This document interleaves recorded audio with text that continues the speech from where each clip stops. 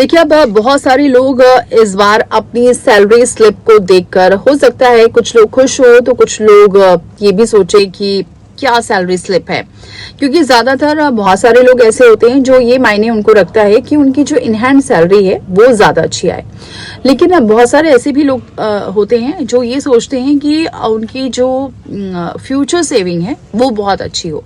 तो इसी लिहाज से इस बार जो बदलाव किया गया बजट में, जो नया बदलाव किया गया, इसमें खास तौर से उन लोगों के लिए तो ये बहुत अच्छा है जो जिनकी सैलरी कम है, लेकिन जिनकी सैलरी ज्यादा है उनके लिए इस बार की सैलरी स्लिप बहुत अच्छी आने वाली नहीं है, क्योंकि अब ये बदलाव कर दिया गया है।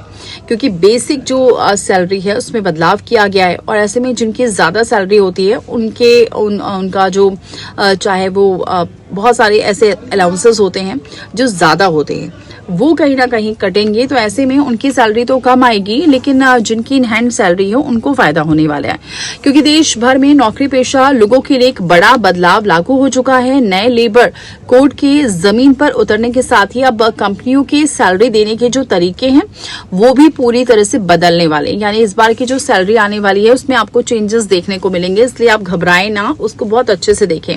अगर आप भी हर महीने सैलरी का मैसेज देकर खुश हो रहे हैं तो अब आपको अपनी पे स्लिप को थोड़ा गौर से देखना होगा। नए जो नियम हैं उसके तहत बेसिक जो सैलरी है, महंगाई का भत्ता, डीए और रिटेनिंग अलाउंस को मिलाकर कुल सीटीसी का कम से कम 50% होना अनिवार्य कर दिया गया है। अब इस बदलाव का सीधा असर आपकी हर महीने हाथ में आने वाली जो रकम है इन हैंड सैलरी और कटने वाले रिटायरमेंट फंड पर पड़ेगा।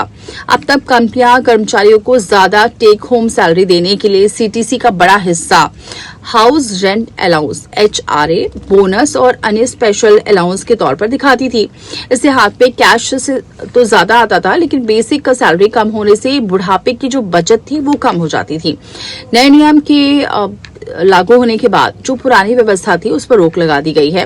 अब अगर आपके तमाम अलाउंस कुल सैलरी के 50% से ज्यादा होते हैं तो उस अतिरिक्त हिस्से को अनिवार्य रूप से बेसिक सैलरी में जोड़ दिया जाएगा।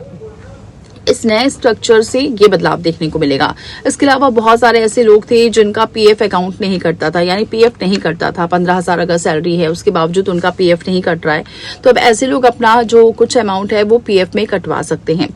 और साथ ही सरकार ने ये सोचा, क्योंकि बहुत ज्यादा लोग खर्च कर रहे थे और उनके पास जो प्रेजेंट सेविंग थी वो बच नहीं रही थी, जिसकी वजह से उनका फ्यूचर जो है वो सुनिश्चित हो सके, इसके लिए ये नया नियम अब चेंजेस किए गए हैं। और इस बार आप सैलरी देखेंगे तो आपको बहुत ज्यादा चेंजेस देखने को मिलेंगे। अगर आपको नए नियम के बारे में नहीं पता है तो थोड़ा और गौर से देखें और फिर समझें और घबराएं ना, क्योंकि इस बार हो सकता है किसी के चेहरे पर मुस्कान हो सकती है तो कोई थोड़ा सा निराश भी हो सकता है, खासतौर से वो जिनकी बहुत ज्यादा सैलरी है।